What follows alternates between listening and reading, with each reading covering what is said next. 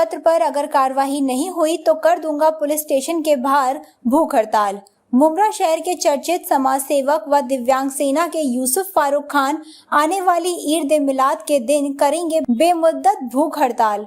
यूसुफ खान एक दिव्यांग व्यक्ति हैं और क्या कुछ कहना है यूसुफ खान का, देखिए हमारे इस महाराष्ट्र 7 टीवी की रिपोर्ट में। यूसुफ भाई, आज आपने अपने कार्यालय पे पत्रकारों को बुलाया है, क्या जानकारी देंगे? अस्सलाम वालेकुम रहमतुल्लाहि व बरकातहू। नमस्कार, सत श्री अकाल, जय हिंद। पहले तो मैं आप सभी पत्रकारों का शुक्रिया अदा करता हूं कि आपने मेरे बुलाने पर आप लोग आए और अपना कीमती समय दिया मेरी बात को सरकार तक और जनता तक पहुंचाने के लिए। उसके लिए बहुत बहुत दिल से शुक्रिया।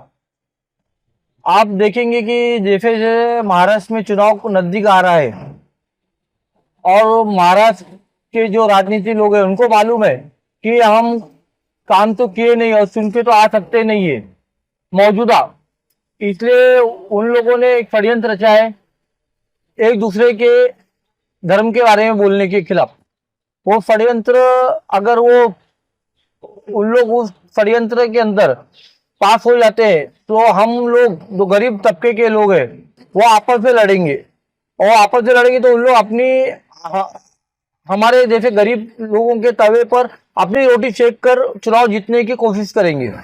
इसलिए हमें आपस में लड़ाने के लिए उन लोगों ने ये बहुत बड़ा षड्यंत्र रचा है। इसलिए मैं तमाम देशवासियों और राज्यवासियों से अपील करना चाहता हूं कि आप उनके षड्यंत्र में न आए। जिस तरह से हम हमेशा आज तक भाईचारे में रहते हैं, हिंदू मुस्लिम भाई भाई है और हमेशा हम लोग रहेंगे, इसी तरह से हमें रहना है। हमें किसी पॉलिटिशियन के बहकावे में नहीं आना है और पॉलिटिशियन एक दूसरे का इस्तेमाल ही करते। हमारा आज तक किसी ने साथ नहीं दिया है, ये जनता ने उन्हें साथ देके उन्हें कुर्सी तक मुकाम तक पहुंचाई है।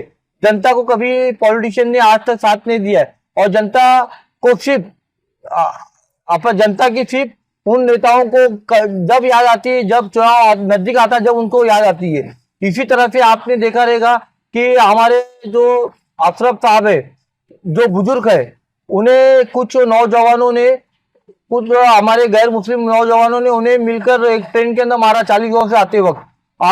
मारा सिर्फ इसी बिना पर उन्हें शक था कि ये कहीं मास्क ना लेके जा रहे, जबकि वो मास्क वगैरह नहीं लेके जाए थे और इस तरह का मारने का अधिकार किसी को नहीं है।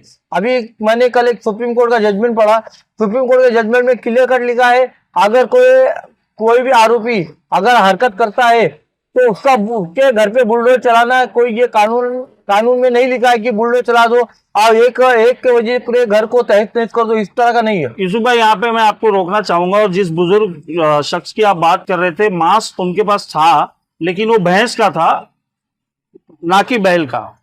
मास्क के 2 डब्बे उनके पास थे। हाँ, तो आपको जैसे मालूम है महाराष्ट्र में वो बीफ अलाउड नहीं है, तो क्यों लेके जाएंगे बीफ और इतनी बड़ी जहमत क्यों उठाएंगे वो। और हमारे जो शरीयत कानून के बाद में हमें इस दुनिया का कानून मानना है। जो बाबा साहब अम्बेडकर ने लिखा था कानून, संविधान, उसे मान के चलना, हमें उनको लेके चलना है। हाँ, शरीयत के बाद में उन्हें लेके चलना है, तो हमें उनको हमारे इधर के कानून संविधान को लेके चलने के लिए हम लोग जिस तरह की उन नौजवानों ने हरकत की, उस तरह का हम लोग कानून हाथ में नहीं लेते। उन्होंने कानून हाथ में लिया, उन नौजवानों को लगा कि हमारा कौन क्या बिगाड़ लेगा।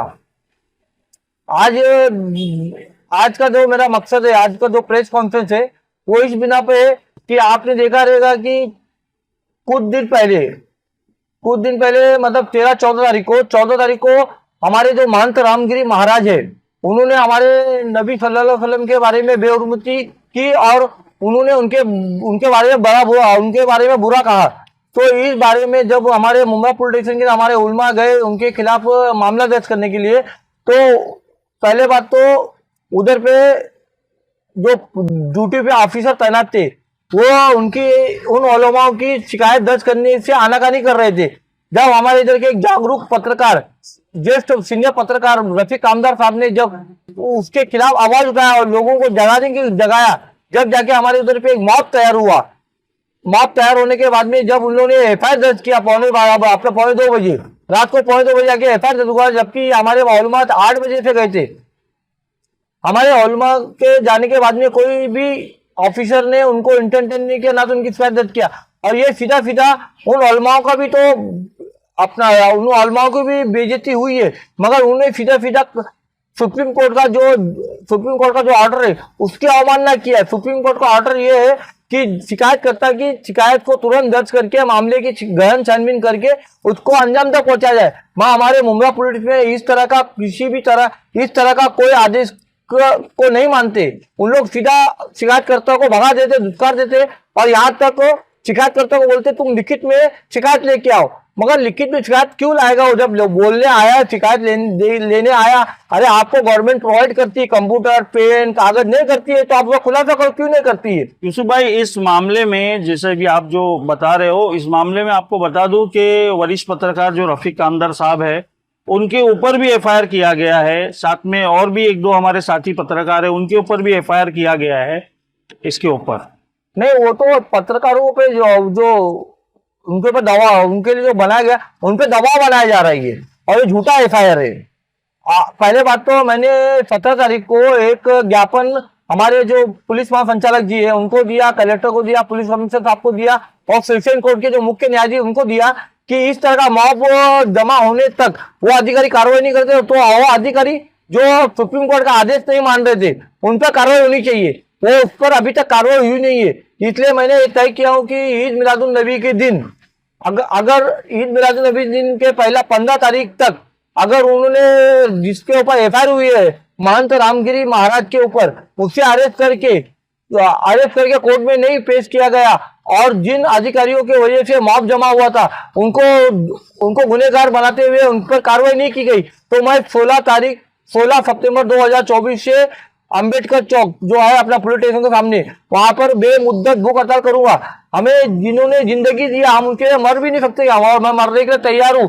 बेमुद्दत भूख हड़ताल मैं खुद करूंगा, ताकि हमारे नबी के शान में गुस्ताखी करने वाले के खिलाफ कार्रवाई होनी चाहिए। नहीं होती है तो हमारा जी के मतलब क्या है?